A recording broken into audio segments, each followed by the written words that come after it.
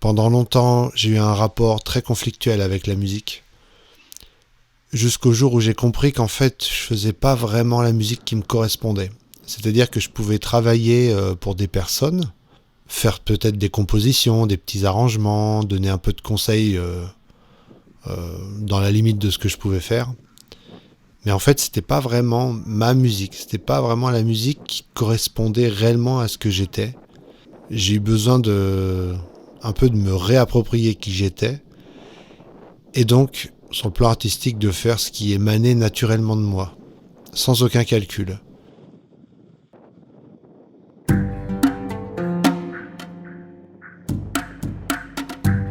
J'ai pris conscience que c'était pas aussi simple que ça.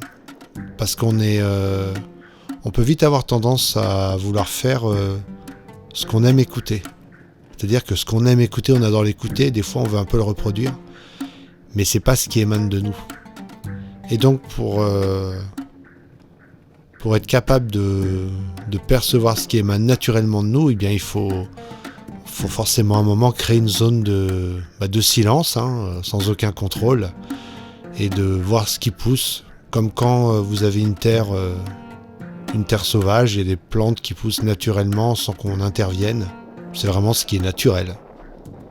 Et donc nous sommes un peu comme de la terre, comme un sol, et on doit se positionner en observateur et regarder ce qui émane naturellement.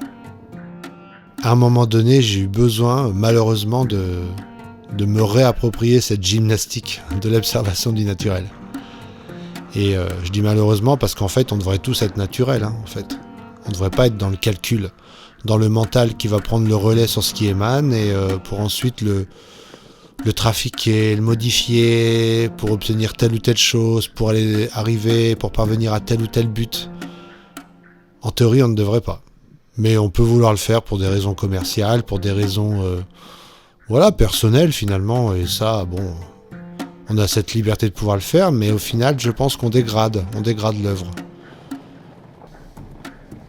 Aujourd'hui, quand je parle de mes clips, des vidéos que je veux faire pour ma musique, ce n'est que de l'artistique pur.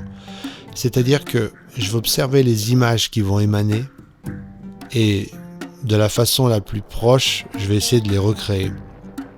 Sans me dire « Ah bah non, je vais quand même pas faire ça. Ah bah non, je vais quand même pas me montrer comme ça. Ah bah non, les gens vont pas aimer. » En fait, cette espèce de censure imposée par le mental, je vais la mettre en silence. Parce que pour moi, l'art, dans le sens le plus authentique, c'est une création, c'est une pratique de création qui transcende complètement ces espèces d'interférences qui sont créées par le mental. Et le mental est l'instrument de l'ego, et l'ego, il est constamment il cherche à séduire l'autre, il cherche à plaire à l'autre. Il veut pas être rejeté, il veut être toujours un peu dans une espèce de séduction quelque part. Et donc il va mesurer et doser ce qu'il estime être suffisamment acceptable pour pouvoir rentrer dans quelque chose d'acceptable pour les autres. Alors qu'en fait, pour moi, l'artiste, il se moque de ça, il se moque complètement. Il reçoit des images dans son esprit, c'est comme un état médiumnique finalement, c'est un état second, un état intermédiaire. Ces images, ces sons, ces mouvements sont comme des fréquences radio, et lui, il va les retranscrire sur un plan beaucoup plus tangible pour que cela puisse être perçu par les autres. Pour moi, un artiste, c'est ça. C'est pas autre chose. Et en fait, c'est un travail presque médiumnique, médium dans le sens de milieu. L'artiste est un intermédiaire entre deux états, entre un état, on va dire presque, radiophonique, presque aérien, gazeux d'une information. Il va la retranscrire de façon beaucoup plus solide et tangible pour les cinq sens. Donc après, la forme sera différente.